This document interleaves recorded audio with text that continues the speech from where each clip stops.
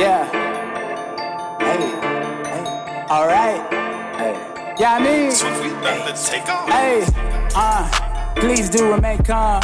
About to run against it and with a little bit of soul, no times. Welcome to Please Remain Calm. I'm Ben Gonzalez. And I am Daniel Gonzalez. As always, folks, the opinions expressed here on the Please Remain Calm podcast are our own. They do not reflect the opinions of the Los Angeles City Fire Department or the Los Angeles County Department of Health Services. All right, man. We are Yeah, on fire. We're on fire, dude. Yeah. We're Consecutive episodes again, people. Just churning them out. I even wore the t-shirt. We love you guys. We hear you. You want more episodes, so we're churning them out today. We're happy to be back in the studio, recording episodes again. We're gonna, like we said last week, guys, we are going to try to get in here more. It's all kind of limited to how and when we can get guests in here. Yeah. Or if something happens that's significant enough where me and Ben can come in here and talk we're about back it. in with another guest. We are. Yeah. We are. It's funny. The fire department is kind of a strange beast as far as like hiring new people. Okay. We get these like waves of hires, right? Like when our dad got hired, it was like the post-Vietnam era. And it was like this huge wave of guys and gals that were hired post-war. And it was, they wanted tradespeople, people that were like plumbers, construction workers. And there was a ton of those coming out of the war.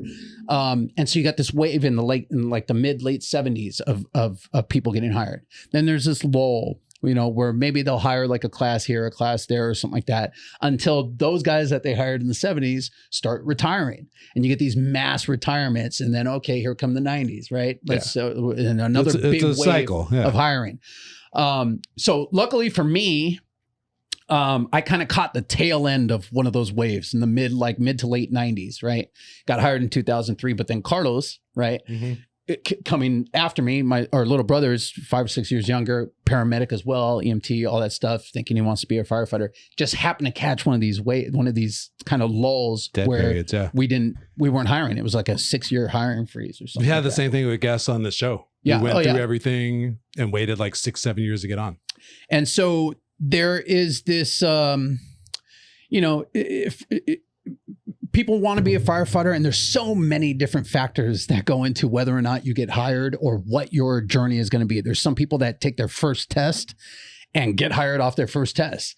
And it's like, you meet those guys when they come out and you're like, fuck you, dude. You know what I mean? I struggled for 8 years to try to get, you know what I mean? But you don't say that obviously, but it's like that feeling in your head, deep in your soul. And so right now is like one of those times where we're hiring a lot right now, and we're getting waves of rookies. And when that happens, like as a firefighter with a little bit of time on, you're getting a rookie. So it's like when that happens, like me, I'll have 20 years on in December. When Cap, and I'm at a decent spot, 63 is a great spot. You need a little bit of time to get there and stuff like that. And it's at the beach, and there's all these, places to eat and, pretty people to look at when you're out on the road and stuff like that. And it's really like community. It's a cool assignment. It's a cool assignment. Yeah. And you're there with guys that are guys and girls that are, kind of at the same level with you as far as like time on the job and stuff like that. And so it's a comfortable, really, really comfortable thing. And we'll go out and drill stuff when we feel like it needs to be drilled. And we'll go over things that maybe we'll have an incident. We're like, oh shit, let's brush up on that or whatever. And then when Cap, at lineup, he goes, hey, next segment, we're getting a rookie. It's kind of like, fuck. Okay. All right.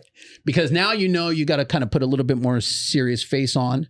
You have somebody who is just learning, who you have to not only teach them how to be a firefighter, because believe it or not, guys, you go through a drill tower, and maybe you went through a private drill tower, like, El Camino or something like that, that we went through. Then you go through the LA City drill tower, and they teach you everything for the most part that you need to know. And then you get out in the field and you realize you don't know shit. Okay.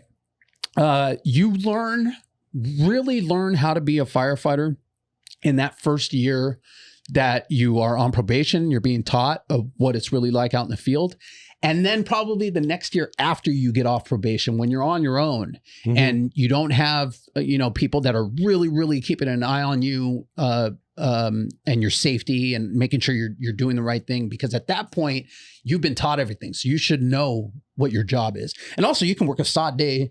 You know, you could be at your station where you finished your probation and everyone's still kind of looking after you, but then you get a sod day at some other place, 98s or something like that, and you're just another firefighter as far as they're concerned. So they don't give a half a shit about keeping an eye on you or what you're doing or where the hell is this person or that person. You should know what the hell you're doing, right? Mm-hmm. So that year of probation is key in learning a ton about what this job truly entails. The year after you get off probation is really one of the probably the most fun, exciting years, at least for me, of my career.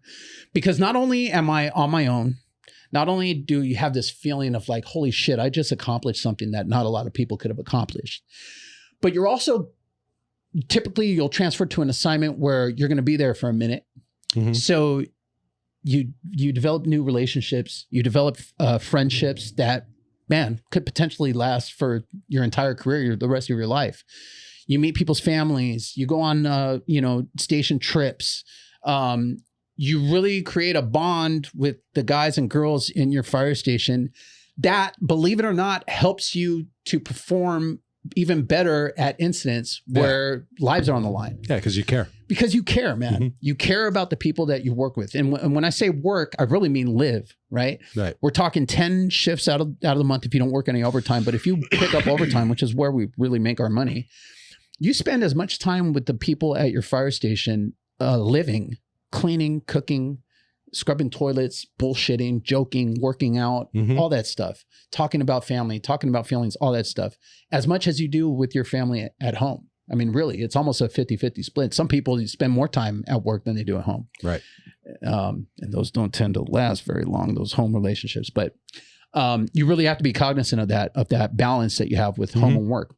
But it's a exciting time. And I remember it being an exciting time. And when I go back and work at nines again or something like that, these younger stations where the guys and girls, when you get off of probation, you want to be someplace where it's happening and where you're running a shit ton of calls and getting fires and stuff like that. When I go back and work overtime days, I can feel that vibe in the station, right? I'm not out playing handball at 11 o'clock midnight like I used to when I was assigned there, right? I just kind of am like a observer, you know what I mean? Where I'm like watching these guys interact and I'm like, oh man, this is cool. You know, this is like a good, like energetic vibe at this place, you know, even though the district sucks and you know what I mean? Every call you go on is like, oh my God, this sucks. But the vibe there is what makes stations like that, you know, attractive to young people on the job. So separate from that, from having a rookie, like for us at 63s, because we had Julie Wolf, who was a guest on the show in, what episode was that? That's episode 13. He's like an encyclopedia for this. That's an awesome episode. Julie's story is so crazy. It is. But we get a lot of the female rookies at our fire station. One of the rookies is our guest today, Crystal Reneau. Welcome to the podcast. Say Thank hi. you for having me. Crystal came through and it's funny because you know, we have the podcast and I used to run the 63s Instagram page. And so I always like LA City will post when there's a graduating class, they'll always like post about different people that are graduating and stuff like that. So I always pay attention to those, and like the new recruits all send like a congratulatory message, or I'll go to their page and send a congratulatory message and say, hey, check out my podcast. Right? And so I remember doing that too. I don't even know if you saw it or not, but I was doing that one night and I saw your photos and stuff like that. And I was like, oh, cool, man. I said, hey, congratulations. Check out the podcast. And then you got assigned to 63s. I didn't know you did that. Yeah. I do that all the time, dude. Learning something new. I'm trying to push this damn podcast, man. I thought it was in person. I know it was like get paid for this sliding thing the DMs with our pod. Oh, dude, I'm always not a DM. It's a comment on a photo, but I try not to slide in any DMs. Spam. I am married. And then Crystal came and was a rookie at our station on a different crew. But you know how we do on this show. We like to have and interview interesting people that are part of the fire department. And one of the things that I always like to do is get the full story on how you became a firefighter. So if you could just kind of like take us back to the very beginning, where did the first spark of even thinking about joining the fire department come to you? Becoming a firefighter was never a thought, actually. Yeah. I've never been introduced to it. I've never seen a female firefighter. I was raised old school, traditional. My family's from Ohio, blue collar, women are women, men are men, very traditional. I can work the appliances, wash some dishes, do some laundry. So it was just never a thought. And then when I moved out here in California, I've been here for about almost 7 years. I started getting in that fitness industry, and there's a whole backstory I'm sure we'll get to. But in 2019, there was a firefighter from, I think he's at 92s. He's a bodybuilder. So we're all at Gold's Venice. It's a community there. So you start to get to know people when you run into them more often. And then my boyfriend has a pretty big following. So he being a follower of him, we all kind of started just talking. And he would always really passionately, like organically talk about the fire department and what he got to do. And he was excited about it. And eventually they opened up their hiring process. And he's like, you know what? You work really hard. Why don't you put your application in? And we would love to have more women on the department. Yeah. So just throw your hat in the ring. So in March of 2020, right when the pandemic hit, I put in my application, I think like right before they closed. And then I think it was like the week of where everything shut down, social distancing, businesses are closed. Like the day before, I was able to get in and do like a lot of that testing online, the aptitude tests and things like that. So I got in right before it all shut. Oh, wow. So I slithered in there. Yeah. So therefore, everyone else was delayed. So I think I believe I remember Chief Larson saying on like a social media, like we had over 10,000 applications, but not everyone had all the credentials to keep moving forward. I was able to get like those basics done. And then I'm like, great, this is just continued time to keep working on that resume. Yeah. So I went into this not knowing what requirements were needed. And I'm glad I didn't, because holy cow, it's a lot of it is a lot of work. Discouraged, Absolutely. You just put the app in, so let's see what happens. Yeah. You know, most jobs you put an app in, there's an interview. Do I get hired or not? Because it is daunting looking at every step and how long it takes. Yeah, absolutely. And what they want. Yeah. Yes. And I didn't even know what it took to be a firefighter. I just was like, you know what? Let's just try it. Let's just go for it. And I ended up going to Frank Hodgkin's. There was kind of like a little recruitment class of these are what you need to know. These are the steps. EMT class, the physical ability tests, things like that. And I'm just like, holy cow, there's way more to this. Yeah. So I'm like, you know what? I've got nothing else to do. The world is closed down right now. I can do a lot of this stuff online. So I went to UCLA to get my EMT skills done, passed the NREMT, and just kind of continued following down that path that they chose of this is what we need, but then also what else can I do in between to keep making that resume attractive? Because I had zero background knowledge, just experience or exposure to this. Right. So it kind of like put the fear of God in me, what did I just sign up for? But that's the best thing that could have happened. So once CAPS opened up, their candidate advancement program, I will absolutely credit that program to probably what passed me the first time for the drill tower. Sure. Because you get exposure to all those skills, the hands-on, and then it's also the same drill tower staff for the most part that's in the drill tower. So you kind of already get those relationships, not really personal, but they know who you are. They know what you're capable of. They see your face. Absolutely. And they see that you're putting in the effort. Yes. Yeah. That's like one of the key things that I tell people, man, get your face out there. And in front of the right people. Exactly. We had Captain Marasco on to talk and had an episode about CAPS as well. Yeah. It's the best choice that I made. Here's, proof is in the pudding. Yes. Yeah, definitely. When you're in the drill tower and you're fighting to get touches on skills, short 2 days. Sure. Well, I had a whole month to do that. Yeah. It makes a huge difference. So I'm not fighting with all these other candidates. We're not fighting, but we're not all pushing each other around trying to get those touches. Yeah. It's like, I already know all these skills. So I was able to let the other people that have never seen this go ahead and do it. And then I was pantomiming on the side. Yeah. So it was easier for me to get through the drill tower because I wasn't mentally as stressed. And if you're listening at home, the CAPS program is detailed in episode 74. I want to say we had Captain Marasco, right? John Marasco. Yeah, John Marasco. Yeah. He was, I guess, the director of CAPS, broke it all down. And then like, 81, I want to say, a couple months later, we had Chief Larson. Okay. And explained the whole thing of girls' fire camp and everything. It was cool. Yep. So you go through CAPS, you get into the drill tower. Which drill tower did you go through? 81? I went through 21-2. Okay. So we were the first shortened drill tower. Oh, okay. I had actually been in the process with Santa Ana Fire Academy and their college. So within 2 semesters, I finished all the necessary classes to be able to be eligible for their academy. Right. I passed their biddle and then went right into their academy. So I was already about 8, almost 9 weeks into their academy, got my CJO, got my job offer, and then went straight into the drill tower with LA City. So I was pretty much 25 weeks of straight academy. Wow. So you left the tower to go to City. Left their tower, Santa Ana, to go to LA City. And my commander for Santa Ana Fire College Academy was actually from City. Oh, okay. So when I started having to get fitted for my turnouts and all these other appointments, it was the point I was already failing the academy. And he said, you need to start thinking about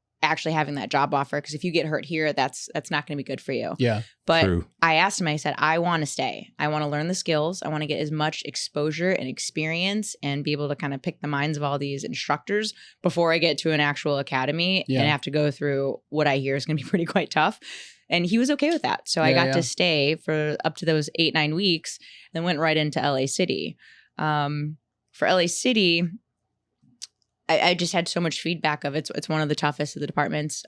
With COVID, they were shortening it. So it went from, having Wednesdays off in the middle, which study time, clean your laundry, just recover. Sure, We had no RDOs after I think it was week 2 or week 3. So then it was just 5 days straight plus Saturdays remedial.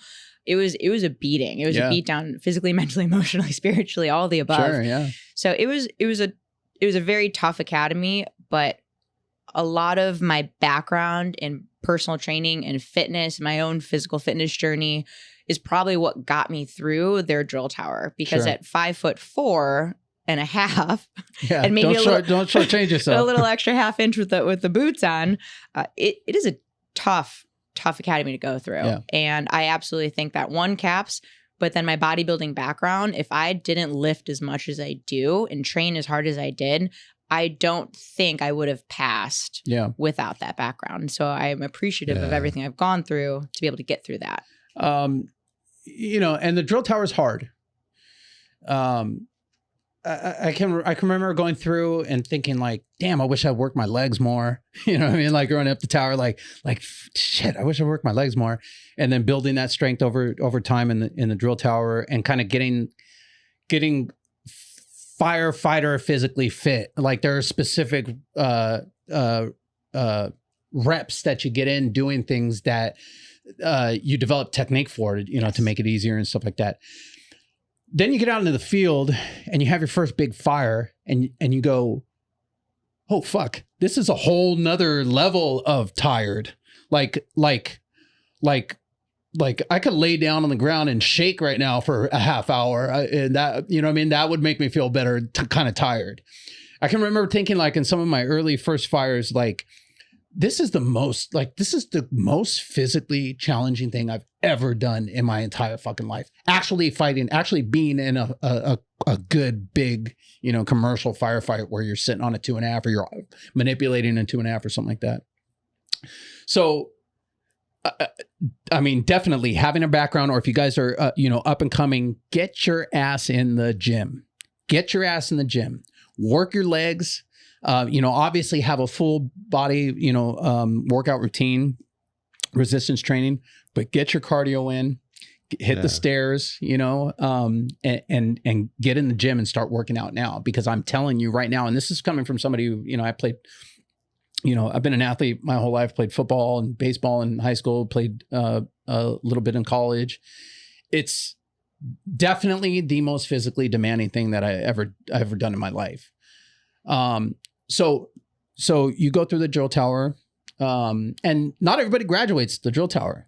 How many did you guys start with, and how many did you end with? I believe we started with 58 and ended up with 36. Wow. Yeah. There was 5 women. 2 of us passed. One was a reassign from the previous one. So that was her second time. And then I believe another female ended up going to the next tower, which I believe she did pass probation. So she's out there as well. Okay. As for being a woman in the drill tower, I will say our upper body strength we really need to work on. Yeah. I've got legs for days. I'll do leg day every day. That I got the leg strength, and that's Which is probably what got me typical, through a right? lot. Which is typical for Yes. physically fit women. It's Absolutely. yeah. That upper body strength is not something that comes naturally. You really have Yes. to work at it. Yeah. Yes. Where a lot of the guys with the height and the upper body strength, they can muscle through a lot of things. Yeah. That's not how it's going to work for us. So you've got to work on the upper body strength. I wish I did a little bit more of that. And that's something that I'm continuing to improve on. And then also, yes, like you said, the endurance of your length strength. It's not just let's do that one max rep. When you're going through the drill tower and then you got to go up the hose tower. I'm sorry, not the hose tower, the drill tower with a hose pack. Yeah. You know, you're not carrying 25 pounds and 25 pounds. It's like maybe 60 pounds on one side. You're suited up with at least 50 pounds. So it's more functional training that you need to work on. So yes, you want to work on strength, but start working on this is what like fire ground activity looks like. How can I kind of incorporate those things into my training? Because like you said, when you get to an actual fire, you know, the drill tower, we're just working off of one engine maybe, and we're going through those reps. Yeah. All of a sudden you've got multiple resources on scene with a ton of other firefighters. It's a lot more confusing. So you need to know what your role is, what your expectation is, and be able to learn everything else. Like especially as rookies, we have got that like little blinders on. Like this is all I see because we're so nervous, and we have to wait to expand that. Like as we get a little bit more, I never want to use the word comfortable because that's not the right word on the fire grounds. But as you kind of start to slow down and breathe and take things in a little bit more situational awareness, then you start putting the bigger picture together. But it's definitely hard to, as a rookie, when you're so zoned in on everything, to really understand what's going on in such a big degree. It's also learning your limits and how to pace yourself too on an incident. I can remember my first fire at 26s. It was like a 2-story. It was these buildings. They were like housing for USC, but there were 3 units in each building, multiple buildings, you know, on this property, and each unit was a 2-story.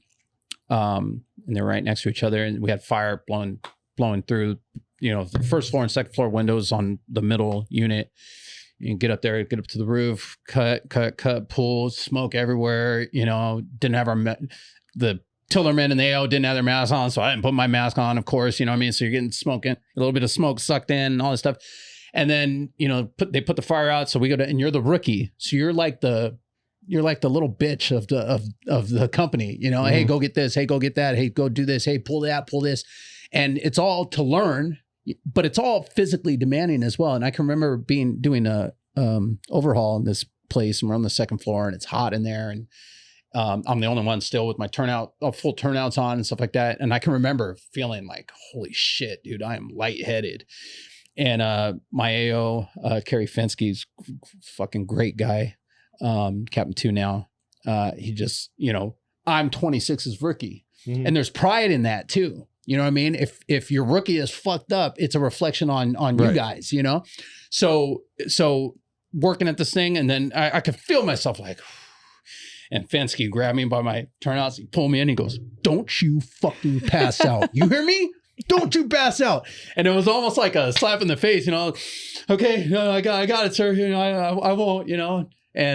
But thinking back, and it was a good learning experience for me because I was going balls to the wall to run back and load the pedestal and run back and get on the base of the 35 and put that thing down and then run back and run up that. And I was doing everything 100 miles an hour. My first fire, right? Your adrenaline's pumping. Well, eventually that adrenaline goes away and you're left with whatever the hell you have left in the tank on the thing. And sometimes it ain't enough, man. And people pass out. You have injuries, you know, maybe you make a bad decision on something, it affects how you operate on scene of an incident. So that fire was actually one of the things, like when I got back to the station, I'm fucking downing water and I'm like, you know, trying to sneak some food in or whatever, because it was like a whole big thing back there. You don't fucking eat until it's, you know, until everyone's eating. It was a whole thing back in the day, right? Mm-hmm. And thinking like, okay, next fire, I got to pace myself. And so that's why you'll hear, you know, you don't really see people running on a fire ground, right? It's kind of like a quick pace walk to and fro and do things with intention, but you don't have to do it, you know, at full speed and running and stuff like that. And it's a really good learning experience. I remember you saying once too, is like, the first 8 minutes is like when you're charging and everything's ripping. And It's then fun. after about, it just clicks and they're like, fuck. Pretty much, man. The first 5-8 minutes of a fire are fucking fun. It's a blast, dude. It's exciting. Everyone's out there taking pictures, and little kids across the street are, oh my God, and women and children and men are screaming, and it's this exciting thing. And if you're gonna have a rescue, that's usually the rescue's in that initial search, and you're pulling someone out. Now you got a victim, and you're doing all that exciting shit happens at the beginning of that thing, and then the fire goes out, and then it's work, man. It's work, Absolutely. and it's work. and it's just like I said, man. It's one of the most physically, if not the most physically demanding thing that I've ever done in my life. So you go through the drill tower. You graduate, which is a fantastic thing. And I was telling Ben, I'm always sending people messages when they graduate the drill tower, and the department posts their photo or whatever. Hey, check out the podcast. Hey, check out the podcast. So that's how I first saw or knew of you. You were on my list of people that I was sending, trying to get to see the podcast. What was your first house when you got off probation, or when you got out of the drill tower? My first house was 102s in the Valley. 102s. Okay. Yeah, loved it. Single engine house, no 800. Yeah. Just the big rescue. It was great. I loved it. I had Captain Ayers. The crew was fantastic. I do think that the smaller engine houses, the culture's a little different. Everyone's a little closer. It's a smaller world, and you are less personalities to have to adjust to. It's a small crew, so you kind of need to work together really well, because a lot depends on you guys getting the work done and fast while we're waiting for other resources, depending on the call. But they were fantastic. They really helped me out. There was a female there, Lindsay Lance is a paramedic. She was awesome, so helpful, kind person. Yeah. So I really appreciate that. So it was like not to say I needed a soft introduction, but there's a lot of things I just didn't know about the fire department. Sure. It makes such a difference, though. It does. Especially like your first house, that's that that there's somebody there that is looking out for you. Mm-hmm. And it's big too, as a rookie. It's nice to go to a single engine company for at least one of your houses, because not that there's less responsibility, but it's a smaller house. There's less to do. So it gives you more time to study, to keep your nose in the books. I mean, I can remember being at old 87s and going through like all of the departmental bulletins, and then one of the guys was studying for captain. He asked me some random question that he didn't expect me to ask. I was like, oh shit, I just read that this morning, blah, blah, blah, blah. And he's like, what the fuck? How'd you know that? But it gives you that opportunity to really get your nose in the books. Because that's the other thing with the fire department or coming off probation is not only are you learning physically how to not get killed, how to not kill somebody else, how to do your job properly, but there is a ton of policy and procedure that you have to know, that if you break and, get in trouble for something, you could, lose your job or whatever.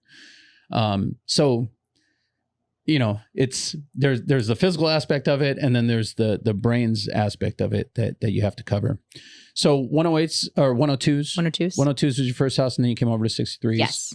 That's your first task force experience. Yes. You got some fire with us, right? We had a couple fires. Yeah. Nothing crazy. I was able to. There's a single like vacant lot. Yeah, so there's just a fire ripping out of the back, but it was good experience for me to get up, start sounding, things like that. But I will say, being on top of a roof, knowing there's fire below, I've learned does not excite me. Yeah, This is cool. I have so much respect for truckies. I think this is such a great job, but this is not what excites me. I love running into the buildings. So through the experience, you learn things, and it's I think it's awesome. I love being able to drill and do all those things, but the requirements of being the truckie, I'm like, man, this is an awesome job, but I want to be the one running in. Yeah. And there's nothing wrong with that. There's nothing wrong with that's part of like this journey through becoming a firefighter. You have these like different levels of it. Like I want to be a firefighter. You're at the very beginning. Let me take the classes. Let me take the EMT and stuff like that. Then you get into something like CAPS, where you're being exposed to like the people that you might actually be working with. Then you get hired. You go through the whole probation, drill tower. And then when you get out in the field, you go through probation, you have to hit these things, right? You have to have an engine house. You have to have a truck house. You have to have a house where you're able to ride the 800. You learn those things, and then you learn what fits you and your life Yes. You know, obviously you have to know a firefighter has to be well-rounded and you have to know these different jobs, but there is nothing wrong with figuring out what excites you or what you enjoy doing on the department and gearing your career toward that.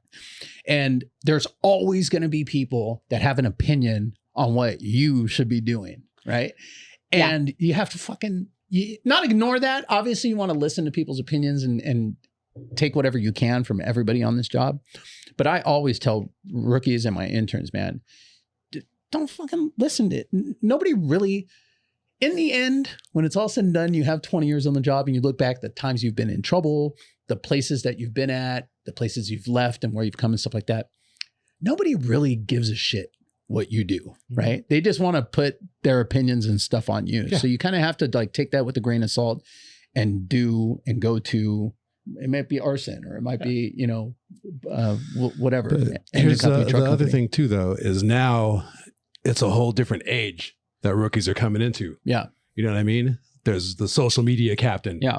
You know, the people can have their own following when they already come in. We had Tyrone on the show, you know, makes videos. He had to be approached to like, what they say? Like, you can't show the station. You can't have any logos. You got to take everything off. He had to like wash everything from before and basically rebuild his account. Yep. Yeah. You know? So when you have, it's just a different scene than like when you came on, everybody was basically anonymous and they build you in the image of the fire department. And now there's people that come on that they're already somebody. You know? And not only that, but like we talked about when Dad came on, you know, having a trade background and stuff like that. Mm-hmm. That's just not, there isn't an emphasis on that sort of hiring anymore. Right. Right. There's more of an emphasis on like if you have a college degree, if you're college educated. And so, yeah, it's just different. The fire department's just, it's just like evolving thing where a lot is changing right now over like the past 10 years from what traditionally the fire department has been. And traditionally one of those things has been, there were no women in the fire service before. And in the you know, late 70s, 80s is when, you know, you got small numbers of women that were starting to come into the profession.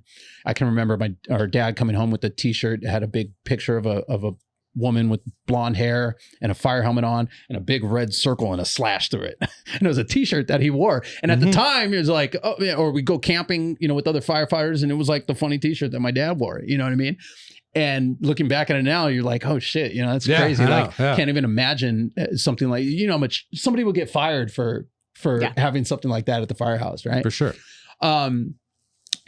Did you feel the pressure of that? I mean, obviously it's different being a female in a fairly male dominated career, but going through the entire process and the stations that you were at, did you feel like you were treated any different? Yes and no. I think I was treated different out of fear that I was the female and the guys were afraid to be who they were, like kind of just be themselves. Because I think in any profession, no matter what, you guys get comfortable. Everyone gets comfortable with each other, and you push the boundaries a little bit, but it's still always out of respect. Yeah, right. And then as the female coming in, even at the task force, like I can tell everyone wants to feel me out. Like, what's her personality? What's she like? What are her boundaries? And I would have to be like, hey, everyone just shake it off a little bit. Okay. You're making me stressed out. And you don't need to be like that. We'd be in the kitchen, clean dishes, and someone brushes up against my back end on accident, and it would be a full meltdown for them. And I'm like, dude, chill out. Are you okay? I'm okay. Are you okay? Like, look, I'll listen to your podcast. All right. Relax, dude. It's okay. Stop sliding in the DMs. So it's more of them just wanting to know kind of if I was going to change the culture or not. Yeah. And I think there's a lot of fear behind that. I grew up as a big tomboy. I always kind of wanted to hang out with the boys. That was always my personality. And then I grew up in a big house where there was always a lot of people because I was in foster care. So chaotic houses I can deal with. And I have a lot of sisters, and I feel like if I can handle, 10 females in a home, I can probably handle anywhere from 8 to 12 or so guys. And they're a lot more chill. So it was more of just kind of getting to know each other and, okay, will we fit? Will we mesh? How far can we push her without her taking it as like personal? Because everyone has different boundaries. Some people you can put your arm on their shoulder and they're good. Some people might think that's too much touching. So it's just learning each other. And I think that's also a part of like my training I want to say I felt like sometimes there weren't times where I was being pushed enough because they were like, what are her limits? We don't know them. Where, you know, okay, we can make this person crack, but it's okay. We're going to move forward. Where they were like, maybe we don't want to do that to her. But then I felt like maybe this isn't enough training. Like, no, we can go do this stuff. Yeah. It's okay. And if I do crack, that's fine. Then I know my limits. Yeah. Mhm. So it was really just kind of learning to work with each other. Sure. And then just obviously allowing the guys to be themselves. I think once they realized that, I actually felt really welcomed in the houses. Yeah. I never felt like I was the outcast. Maybe to some people that still kind of kept that shock and awe factor going as the rookie, and I get it. Mhm. But I'm also a 35. I'm sorry. Well, I'll be 35. I'm a 34-year-old female, real world experience, a professional. So I also think that me coming in at an older age with that kind of background, I'm not the 21-year-old Right. young male coming in, you know, that hasn't had that experience hasn't seen the world, yet. doesn't know the world. Right. Yeah. Things. So, and especially with my background and having my following and my businesses, a lot of people kind of already have heard of me. Yeah. And then once they got to know me, all of a sudden, like now I'm their coach in diet, nutrition, Right, and yeah. their wives. And it's funny how all of a sudden, Can like help there's me out. Right. there's like these side relationships of like, hey, can we do a little business? Yeah. Right. So it ended up being some really great relationships. And as the task force, like I did love the truck. The calls are way more intricate, a lot more involving auto extrications. Like I love that stuff. Yeah. And I also loved sleeping a little bit more at night. Yeah. So it was a great house. I absolutely wish we trained a little bit more because it's like now that I'm at an engine house, I don't get that. And there's so much sod available at my house. I really haven't gone anywhere else. Yeah. So like you mentioned girls camp, I was an instructor for ventilation and I was like, Oh, nice. do you mind if I, kind of rip up some of this brush up. plywood? I haven't done this stuff in a long time. And here I am just practicing rolling rafters. It's such a basic skill, but it's like, I don't get my hands on a chainsaw on these props. Like I want to take advantage of it. Yeah. So I do miss the truck house. I miss the personalities. I miss the people. I miss that there's always something to do. Yeah. So I do enjoy the task force It's life. definitely a busier day at a task force.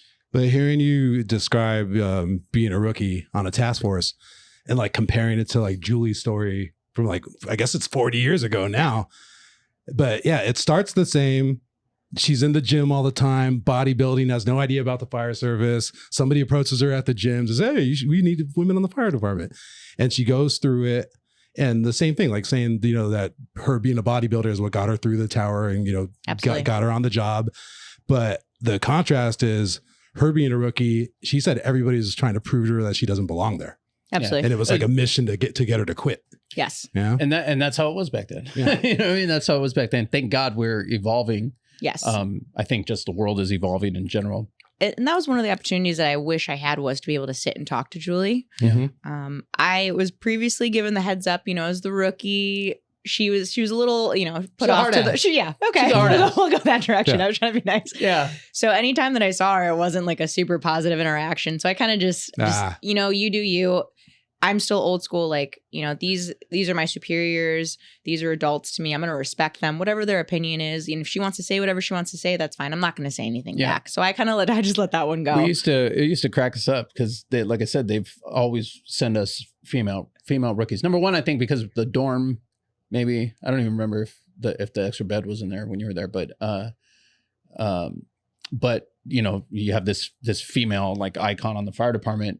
And so we'll send female rookies and it's like, fucking, you guys don't realize Julie is the hardest one, especially on the females. Right. Yeah, it's not an outreach program. But mostly it comes from a place of love from her and knowing how difficult this job can be and wanting the females that were sent there to understand that this is no walk in the park. You have to put your nose to the grindstone and she's really like treat that this with OG. respect. That's the person that you want to learn from Exactly. and talk to and pick her brain. But Yeah. then there was just that boundary of being the new person, the probie, and everyone refers to it as Candyland. And I'm sure it is Candyland compared to what everyone else had to go through. And especially someone like Julie Wolf. That's why dang, I respect you so much for doing it. And you're paving the path for a lot of us. Yeah. But then there's that, like, you're not becoming that mentor for the rest of us women that it's like, okay, kind of tell us what you went through. How can we be better? What did you find made you successful? Yeah. But not everyone's made to be like those mentorship kind of individuals, sure. which you still respect. She did what she did, and you were on the kudos to A or her. B? I was on B, and I'm now on A at 14s. Okay.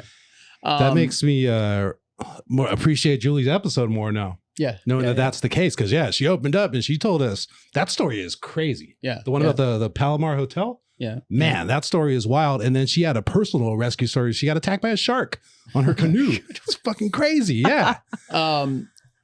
So you going through probation, you have this following from your businesses and stuff like that, and you're popular with your social media accounts, stuff like that. I know when you were at 63s with us, there were 1 or 2 instances where people came in to like interview you, and you've had photos for the department and stuff like that. Did that kind of like, for lack of a better word, like becoming one of the female faces of the LAFD, did that affect your probation at all? Did you feel like that was bringing you any like undue attention? Absolutely. Or anything like that? So it's good and it's bad. And this is where, as an adult, as a businesswoman, I really got to like look at what is the department's goals here. Yeah. So going into the drill tower, going into probation, people that I know on the LAFD are like, hey, we know you're super friendly, but probation is not the time to make friends. Yeah. You want to go in, keep your head down, don't draw any attention to yourself, and just go to work and then just work for that shield. That's the goal. Yeah. I'm also a very big personality. Once I get comfortable, I tend to open people up. And even at my first house, they're like, you have the superpower of getting everyone to be friendly with you. Like, use that to your advantage. Yeah. But the first thing was because Chief Crowley was coming on board. They interviewed myself and the other female. And I like to think I'm pretty decently well-spoken. I know how to say things. I know how to speak to my audiences. And I remember they had someone that was higher up overseeing this whole first interview for, I don't know if it was CBS. It was one of the news channels. Yeah. And as soon as we were done, she kind of looked at me and was like, you're going to do really good. So I already know where this is going. Yeah. I also understand that visually for a department, for a female, I'm a little bit more feminine. The way I look, the way I speak, I have that background. And I like to think I worked my butt off to get through that drill tower. Like, this is an asset to them. So I understand that part. Ethnically ambiguous too. You know what I mean? It's like, is she Latina? Is she a lot of people think I am. Yeah, I'm half Filipino and then Irish and German. Yeah. But as far as like a department, like trying to all their advertisement and stuff like that, it's like try to reach as many demographics as you could possibly reach. Yes. So they're looking at you and they're like, oh, they're just checking the boxes, you know? Okay. So because they started pushing that, yes, I want to help out my department because I understand it's great marketing. She can do a lot of things that maybe other people aren't as comfortable doing. Yeah. Not everyone wants to put themselves out there on podcasts and be in front of cameras and talk to crowds. And I thrive in those environments. So I understand wanting to utilize the resources that you have. So when even at 63s, they sent a camera crew, and one of the guys was like, I've been on here for 10 some years. How come I'm not being talked to? I'm like, well, I'm sorry. You don't look like me. Day, like, I got a podcast. Right. I was like, what the fuck's going on? They're fucking interviewing. Right. So it does make it a little awkward because it's like, I haven't even earned my shield, and you want to kind of keep pushing my image. And I understand that they were doing a documentary, and they're like, well, you're just starting the process. We'd love that story. But not everyone sees that. They just see me, my face, and cameras. Camera. Right. And then it kind of passes a little bit more judgment. Sure. And I think that has kind of carried on, even coming into Battalion 1, Station 14. I've had people greet me like, so not even like an introduction, like, so why are you the face of the department? Yeah. Or even some of the guys will be like, hey, like, we actually had some like kind of like just negative images of you, but now that we get to know you and see that you're extremely hardworking, like, we're sorry we thought that of you. Sure. Yeah. So that's that implicit bias. So, implicit bias. Well, and I think the whole culture right now going on with inclusion and all that, I think it's negatively impacting a lot of the images for females. Yeah. And coming as a female, I don't have a problem saying that, because it's like some of these women have worked really hard and they're very capable of it. Yeah. And again, because of my 7 years of bodybuilding and preparation and everything that I've done to build that resume, it's like it almost hurts my image because they're using it for marketing and advertisement. But I don't blame them for that because they're using their resources. Right. So I think they're smart about it. It negatively hurts me, but then all I can do is really just show up, show what I'm going to bring to the table, show what I'm capable of, and hopefully change minds that way. And so far, I've been okay. But again, it's just, unfortunately, it negatively hurt my reputation to be pushed as fast as I was as the department with a badge when I haven't even earned that position yet. Right. And then people will assume like, okay, well, nothing can happen to her. Now she's the face of the department, but really it just puts more of a target on you. Like, now I have to prove myself every time to every single person because they already have an idea of me. Right. Instead of being an anonymous rookie. Absolutely. Yeah, that's rough. I want to talk about your business a little bit. Your handle is Keto with Crystal. Yes. And so you do keto meal plans and online training as well. Yes. First of all, let's start, because that's like one of the things on the fire department, right? I liken being a firefighter to being a professional athlete, right? To go from being asleep to 100% go in 10 seconds, in the middle of the night, to being on scene of a structure fire and working your ass off for 4 or 5 hours on scene of something, after you have worked an entire shift, like that's super physically demanding. We talked about the drill tower. Obviously, I talked about how much a real fire is even more physically demanding. So I've always been thankful that the career that I chose and was able to attain required me to be physically fit. There's a gym in every fire station. Some are better than others. Sorry, 14s guys, but you've got to work on your gym. It's terrible. I'll say it, even though she doesn't want to say it. Or you get a gym like ours at 6-3s, which is great, or 9s, which is great. There are stations that have fucking these phenomenal, fantastic gyms. I don't know if you ever worked at 19s, but sometimes you'll get like, someone rich that lives in the district that donates a bunch of money, and theirs is like a damn Bally Total Fitness. Yeah. Like that Santa Monica station. But there is a gym in every station. There's handball is like our official sport, that you can play, and if you get injured, it's still considered like a work injury and stuff like that. And so there used to be handball courts in every fire station. So physical fitness is something that you have to maintain. That being said, there are plenty of dudes on this job who need to work on their physical fitness. But even those guys, it's weird, man. Like you get this, like I talked about, like muscle memory and or a different like way of doing things to make it easier and stuff like that. You'll see some of these guys at like busier spots that are heavy, or that, have been there forever and they're a little bit older, but then you get on scene of a structure fire and they're just like an ace, and they're going and they don't get 10. They're like, come on, dude, with the 2.5. And that's fucking work, dude. Yeah. Manipulating the 2.5 on a big, commercial structure fire or something like that. You got it strapped to your shoulder, opening that thing up and manipulating it. It's fucking work, dude, work. And you'll just see some of these like old timers will be like, come on. And they'll just be dragging it like it's nothing. You're just like, God damn, man, you got that old man strength or whatever, right? Yeah. But for the most part, I mean, they're able to do that because at some level they have a physical fitness about them. Of course. And I've always been thankful that it's one of those things that has made physical fitness just like a staple in my life. It's something, and now that I'm getting older, and you see, obviously we've had a couple deaths in the family, and taking care of elders in our family, and seeing how your body as you get older can deteriorate. Guys and girls my age, I was just saying, people we went to high school with, you that are having health problems, that are on Yeah. dialysis, or diabetics, or all these different ailments and stuff like that. And I feel fucking great. Like I make it, my wife and I both have made physical fitness a key part of our lives. And we have a home gym and stuff like that. And I'm trying to instill that in my kids because of all the things that we do, all the things that I hope that they take from me. I hope making physical fitness foremost in their lives is one of the things, because that's so many benefits across the board, mentally, physically, obviously, the way your relationships, the way you treat people, your willingness and openness to try new things, to not be afraid to expose yourself to different things.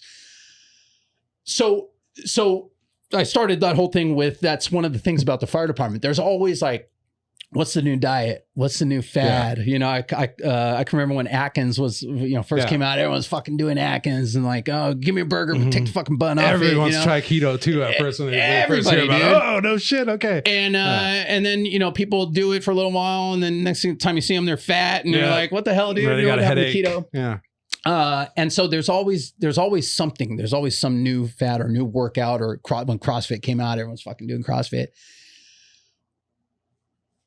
We went all the way back for your firefighting journey. Where did your physical fitness journey start? prior to the fire department, obviously.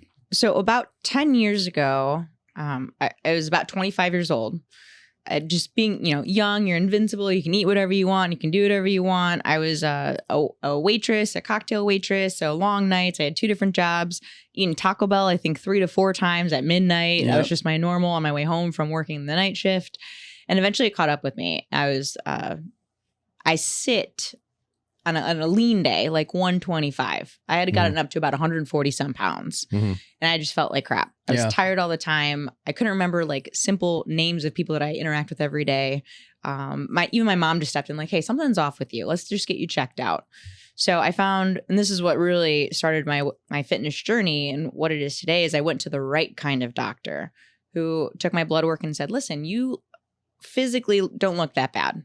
But looking at your blood work, you're like a 6-year-old woman going through menopause. You can't have kids right now. Your hormones are bad. You need to be on medication for the rest of your life. So this is what we can do. Or let's try a diet and training. And I said, you know what? I'm young enough. I'm only 25. Yeah. The other route sounds terrible and expensive. Let's just try. Let's try maybe like a little Planet Fitness membership. That's where I started. Yeah, $10 a month. Absolutely, it was great. And then just pizza nights on Fridays too. Planet Fitness. I said something. I'm like, what are you guys doing here? And they're like, it's job security. That's smart. It's true though. Smart. So I went in one morning. They had bagels and cream cheese out on the table. Terrible. I was like, that is terrible. It's a gym. It's a good place to start. It is a good place to start. But eventually I noticed that when I started moving around, started losing all my weight and becoming a little fitter, people started looking at me a little different. I'm like, when you started setting off the lunk alarm? I did. Yeah. I like put my weights down. They started they started going off. I'm like, are you kidding me? I've been here for years. Yeah. So the journey started with just my doctor saying vegetables, meat. I want you to cut out processed foods, corn, things like that. So I started following that direction and I noticed how much better I felt. So it kind of started there. And then I started deep diving into like food. I hired a nutritionist. I wanted to do bodybuilding, like physique for women. Or not physique, but like the bikini competitions. Because I looked at that. I'm like, look how beautiful they look. Like that's healthy to me, not realizing how unhealthy that actually is for your body. Yeah. So we started going down that route and eventually put me on a keto diet, which again, never knew what it was, never heard of it. Just went through the process. It was a really rough transition. I was so sick from going from carbs to low carb. I didn't love the experience. He wasn't educational about what he was doing. It was just, here's the plan. I want you to get through it. Yeah. So eventually we weren't too far out from me actually doing a show, only a few months. And I'm like, you know what? I feel so good. I am so lean. My blood work is fantastic. Why would I wreck it? So let's just stop there. And then I decided to start educating myself, really deep diving into it about food, about the way our food is handled or created or raised. And it's absolutely wild what we allow in the U.S. and what we actually give people that they think is food, but really isn't. Yep. Yeah. So just wanting to be more self-educated. I wish people would do that because we have the time. The half hour driving into work, you could be listening to something that's educational, whether it's marketing or food. It's so American not to, though. Right. Exactly. But that's where I've learned most of my stuff is from podcasts and YouTube videos of finding doctors and people that I can relate to. Sure. Mm-hmm. But that's something with social media. If you're more relatable, I've noticed people will follow you and be a little bit more loyal to you. Sure. You can throw out a picture of some pretty girl out there, but like, okay, well, what am I looking at? Like, you just look cute. But if you're telling me what's behind that story or things like that. Yeah. Right. So that's how the social media began was from showing these are my first basic workouts with a trainer. This is kind of like the food I'm prepping and cooking and then how that evolved. And now here I am today. Yes. 7 years later, I'm keto 80% of the time. Yeah. Okay. At the station, it's a little bit harder when the guys cook because I will say they try to cater a little bit like, hey, Crystal, can you have this? I'm like, listen, you make it and I'll make it work. Yeah. Mm-hmm. There are days when I'm like stuck on the 800, couldn't get to lunch. It's 8:00 at night for dinner. I'm emotionally eating. If there's rice, I'm like, I'll eat whatever's there. But I don't think carbs are the issue. When people hear keto, they think I'm just licking butter sticks and bacon all day, but that's not what it is. Yeah. Well, let's talk for a second about what keto actually is, because it's a state that your body puts itself in. Yes. Correct. If you could just touch on that just briefly. Yes. So being in ketosis, that's the goal. The keto diet, ketosis. So that's where it's a survival basically method of our bodies. When you don't have enough carbs, it begins to run off the fat. Now, carbs is a very limited energy source. It can only be stored in like your muscles, maybe your liver. So you have maybe 1,200, 1,500 calories that you can store. That's why you see athletes throwing down the sugary drinks when they're playing basketball and things like that. Right. Fat, I think I believe the last time I read something around like if you have 10% body fat, which most people are not 10% body fat, that's like 40,000 calories that they could run off of. So it's a little bit more of like a sustainable energy source. Sure. Yeah. So when you eat limited carbs like that, it's not that you're not eating sugars, you're just getting them from different sources. I'm still getting carbs from all my vegetables. It's just not that high increments.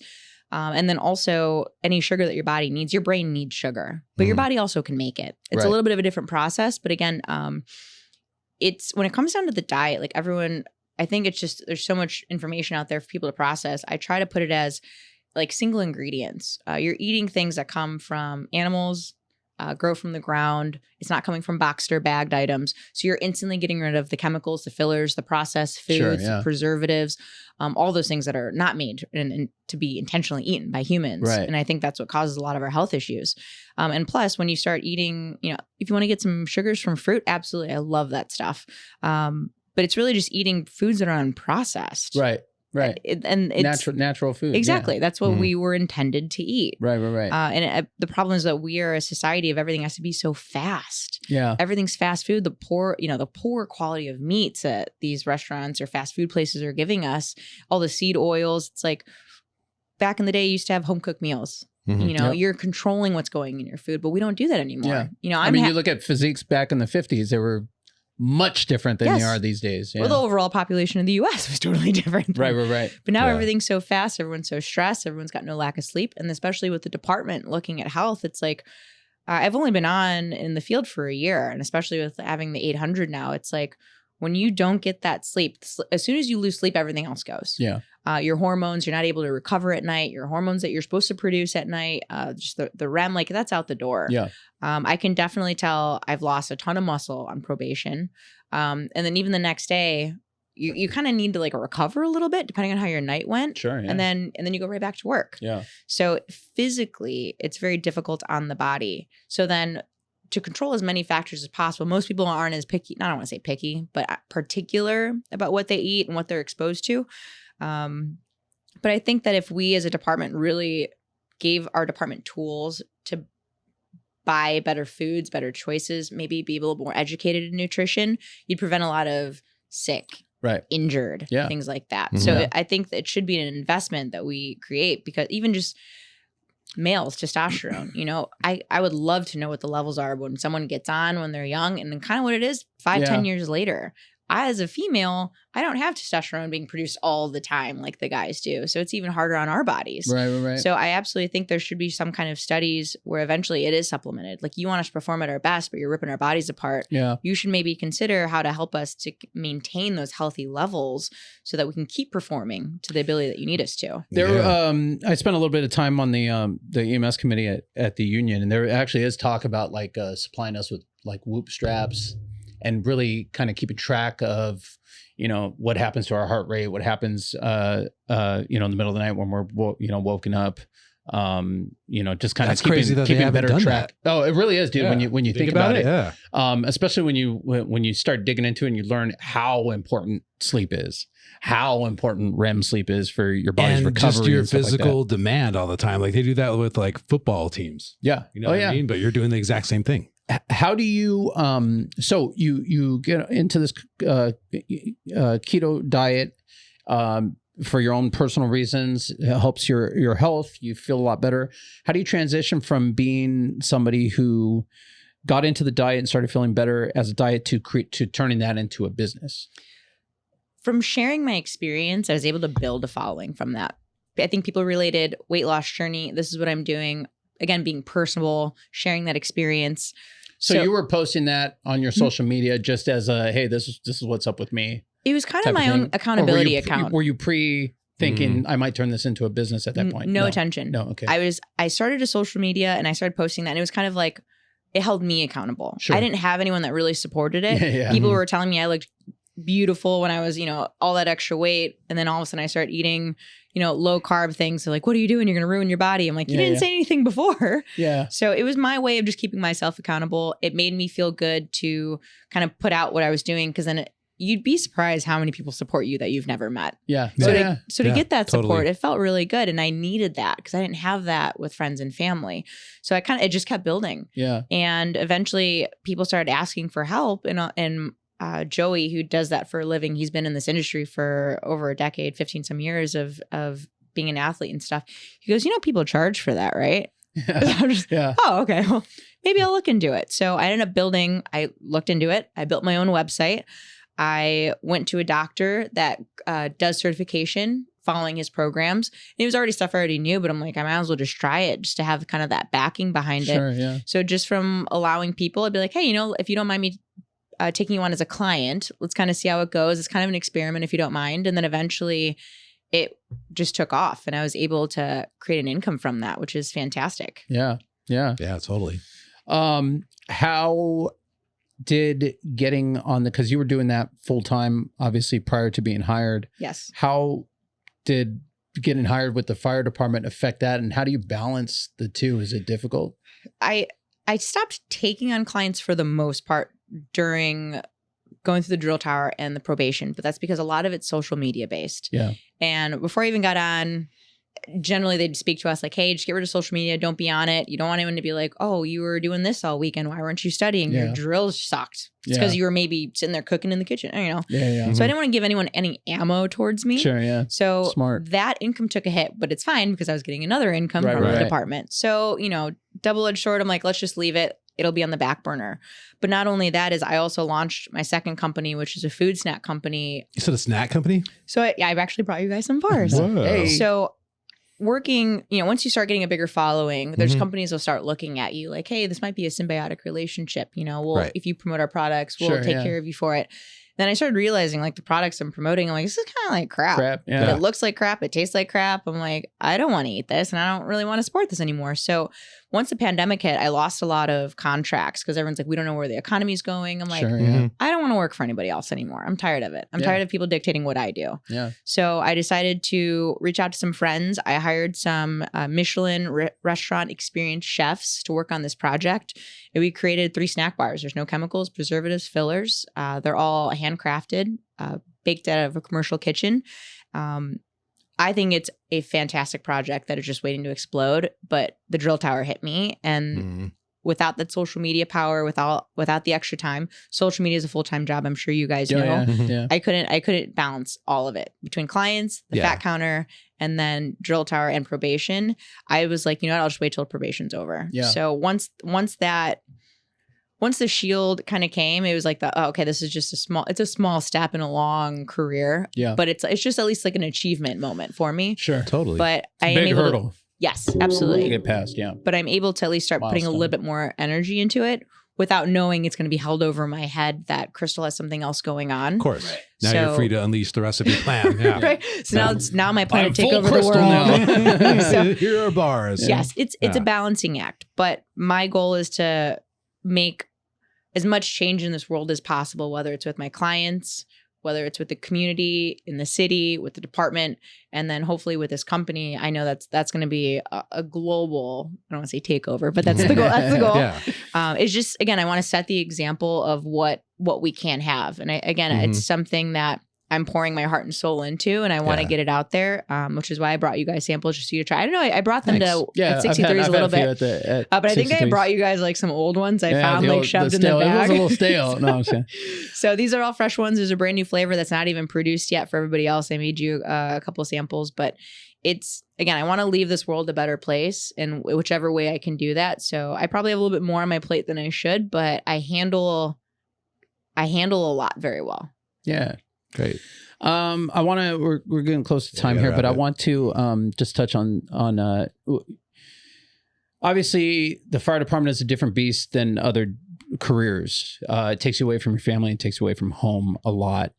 And we, obviously we've had a bunch of firefighters on here. And we talked a little bit about home life. But I don't think we've ever really talked about like a young female firefighter in a relationship prior to being hired. I just want, and you don't have to dig into this deep or anything like that, but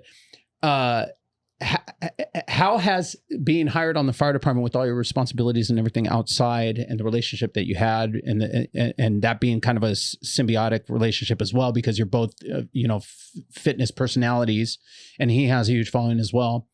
Did getting hired affect your relationship at all?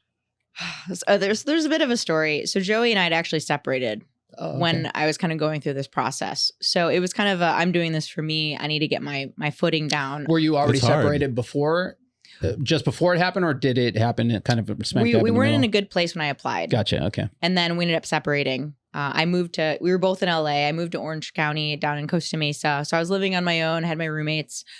So I think that's also why I became so successful and was able to do so much, is because I didn't have any distractions. Yeah. Right. Him and I have kept in contact the whole time. Because, you can be a great person. Doesn't mean you're always great together, Sure. he likes to say. Mhm. So we both had a lot that we needed to work on. And then right before the drill tower and all that, we kind of were like, you know what, let's give this another try, because we still love each other very much. But that was like the wrong time to try a new relationship, is going into a drill tower. So damn demanding. Yeah. I give that poor man so much credit, because it's like you're trying to rebuild a relationship, and then all of a sudden I am gone. I'm gone 5-6 days a week. He took care of our dogs. We have 2 husky wolves, which are very big responsibilities. And They're then like it's like having children, basically. yes, absolutely. And he's got a very busy life. So, hey, do you mind watching 2 dogs, which now you have to come back home every, X amount of hours. Sure, yeah. There's a lot of responsibilities he took on that he didn't have to. But then by the time that you actually come home, I'm so damn tired. Yeah. It's like, leave me alone. I just want to lay and veg out on this couch. I got to study, physically recover. Like, that's not really a relationship. So the guy put up with a lot. Yeah. Right. And then getting onto probation, again, it's like the next day is recovery, and then you're going right into studying for your drills. Mhm. Like there was no relationship. It was kind of like being in la la land. Yeah. I think that's how it is for a lot of the probationary members, where if they've got kids, which I don't have any, like, thank God, I couldn't imagine sticking Joey with kids. Yeah. Like, hey, Yeah. sorry, buddy. I know you're a successful businessman, but here's kids and a dog. Like, Right. I don't think that's possible. It's the expectations as a female, at least that's how I was raised, is a little different. Like, I loved being the one that cooked the meals, and I used to do that all the time. Cook the meals, clean the house, make sure you the said it was real laundry's done. traditional. Yeah. Right. But then here I am kind of going outside that tradition. Yeah. And Joey's very traditional too. And those roles kind of Yes. evolve. And we're talking about for a year and a half. Yes. Yeah. Yeah. So we were kind of in la la land of like, we're going to see how this is after probation. That's a long commitment. Yeah. Wow. So, yeah. and he even says it has gotten a lot better, because mentally, emotionally, being able to sleep in, not have to get up at 5 a.m. to make make coffee, Yeah. but to sleep until 6:30, Mhm. it makes a huge difference when you don't get sleep all night. So Yeah. I'm actually coming home a little bit more refreshed. The drills are more like, hey, let's table talk. We don't need to have a 2-hour drill where we're all just staring at you. Like, let's just sit down at the table, talk what we need to. It's a good refresher for everybody. So the whole mentality in the culture of being from the boots to a member has totally changed. Mhm. So now it's allowing me to have that better relationship with him. Yeah. Right. I think that if you have a partner and going into this department, they need to be strong on their own. They need to be Definitely. independent. They need to have hobbies. They need to have friends. Because I've had one 24-hour shift turned into 120 because someone calls off sick, and it's like, hey, Right. can you keep the engine open? Can you keep the 800 open? Yeah. Especially as the boots. I'm like, Yep. sure, I'd love to. Absolutely. Yeah. So it took a lot from him to choose to stay. Sure. And I don't know if most people would do that. And then now I kind of look at it as like, hey, yes, we're stronger. And then I also get to bring a lot more to the table. So Yeah, not what right. I already brought to the table, but now financially I'm stable. And I actually love my job. So I think that as Happy. a very happy person, Yeah. it's like I get to bring more to the table than just like as an independent female. Sure. Mhm. I get to insert myself a little bit more. Yeah. But I will say the job does, I don't want to say callous. The word is callous that I keep using, but I have to remind myself to kind of turn off the work mode when I get home, because I'm so assertive at work and take charge, where I don't want to do that to Joey, because Joey's a very assertive and he's a very strong personality. Yeah. So sometimes we bump heads on things. Yeah. So it's really learning to kind of evolve to what the relationship could be, and we're working on that. I mean, and that's what relationships are, man. It's a give and take, and it's learning what works and doesn't work. And the other thing is just like relationships at the fire station. You go through something tough, or you have a crazy call, or somebody gets injured or something like that, and it brings you closer together as a crew. And it's the same thing at home. It is difficult for him knowing it is a male dominant industry because he'll be like, who are you texting? Danny. Oh, Nick. Oh, sure. Yeah. You know, this rookie from this. And he's like, all I do is talk to guys all day. I'm like, listen, but the wording is it's all work related, especially as probationary members. All these guys like you though. They all follow you. They all like, follow you, watch Joey, your don't worry, videos, man. all right, dude. I've been Like, following you it's since good, shreds. man. Like we all want to meet you. Yeah. But it's a trust that you have to build. Sure. Yeah. And it's you know, when you start, especially if you haven't been exposed to it, you don't know. I'm lucky that my wife was like an explorer with Montebello Fire and stuff like that, so she knew the schedule and like what the fire station was like, and what, you know, that the guys really were just a bunch of fucking, you know, like in a boys club, you know, is basically what it's like, joking around about shit. It's not this like we're out like, you know, looking for chicks and stuff like that, you know. So lucky for me, she knew what that culture was like and what the schedule was like and everything. But for a lot of people, it's a shock. Yes. It's a shock to go from having a relationship, or if you're married, you know, you're home together every single day and you see each other every day, to go to, damn, half the time I'm just completely unavailable and separated. And it's tough, believe it or not, Joey, for the one that's actually working on the fire department too, because, you know, I'm there working and running calls and I'm kind of locked into whatever it is that's going on throughout the day. Maybe we have a big incident, blah, blah, blah. And I'm not really thinking about what's happening at home at all times of the day. So in all honesty, my wife could be doing anything out there in the world while I'm at work. You know what I mean? So like the same way that he looks at you and like, who are you texting or what's she doing at work or whatever? I'm sure you are like me. I've obviously our relationship is a lot stronger too, but like at the beginning when you're first doing it, it's like, what the hell are they doing all day at home with this freedom? You can't do anything about it. And you know, I'm stuck here at work. I'm not going to show up and you know what I mean? So it's this weird, and just like you said, you have to have a strong relationship, number one, but you also have to be with somebody who is self-reliant, you know, has their own things, has their own fun, has their own hobbies and stuff like that. It's also a little different when we do our group gatherings or station gatherings and stuff. And now that he is able to come to the station, he had a bad experience with 63s. I had to come to the station to pick up some stuff, and I asked if he can come in, and they said no, but it wasn't my shift. So So now this guy's just standing outside like, I can't even see where you work. I'm like, we let strangers come in here. I wonder if it was just because they weren't letting visitors or whatever. That's bullshit. No, that's what my crew said too. They're like, that's pretty terrible. You work here, you're part of this family. The fact that they didn't let your boyfriend come in, that's pretty terrible. So he had a bad sour taste in his mouth from that, and I completely understand that. And that I couldn't even like try and cover of like, hey, I'm so sorry, but it wasn't my crew, and that's all I could say. I'm like, it wasn't my crew. They're just treating me like the boot probably, and that's what it was. So coming to 14s, they welcomed him with open arms, obviously, and yes, a lot of the guys know who he is. So he felt welcomed, and he can, as a guy, he instantly is accepted. It's not like I'm bringing a wife in, right. Whatever kind of partner you have. But I brought Joey, and he's another guy, and of course, people know him, so they're even more excited. Exactly. So he loves showing up. He loves being able to be a part of that. But it's also like when we go to events, you know, the firefighters will probably like kind of start sharing stories. Like, he doesn't understand that stuff. What does he do? Hang out with all the wives? Yeah. So I'm thankful that what are you ladies up to?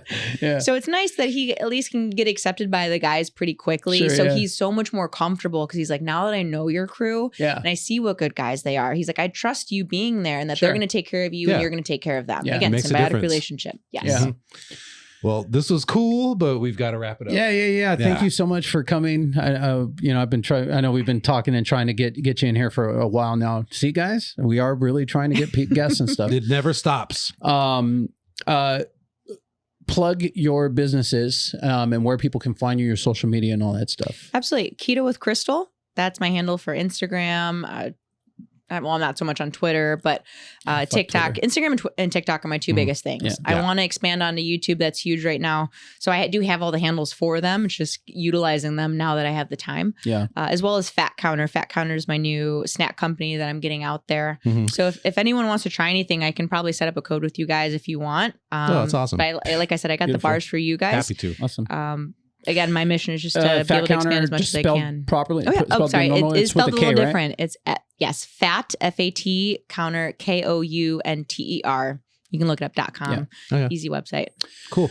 Awesome. You guys can follow me at Danny Gonzo 34 on Instagram. I'm no longer on Twitter. Follow me at Ben9Humor, Ben number 9 Humor, like Benign Humor on Instagram and Twitter. Follow our TikTok PRC podcast. Follow our show PRC Pod on Instagram. And you can email us, contactprcpod@gmail.com. Can we see these bars, please? Absolutely. Well, we're still on camera here. If you guys want to, you can follow an account called FD Dork on Instagram. That's all I'm going to say about that. Oh, look at this. Oh, yeah. We got honey glazed pecan, cinnamon buttery walnut. Cinnamon buttery walnut. This is a peanut butter banana. This is the brand new one. This is a nutty apple bar. So sweet. we've got, Granola bars. yes, their actual ingredients are. I like the clear package because you can see what they're made Yeah, of. They're not like Yeah, some blended totally. up food block, which is great. So just good wholesome ingredients. Awesome. And I like to think Peanut they butter taste pretty banana. darn good. I'm going to All get right. one of these on the way home. Yeah, for sure. Oh, and look at this logo. It's a fork making the K. Look at that. Very So clever. All right. Well, thank you so much for coming. Really appreciate it. And that's it. We'll see you guys later. All right.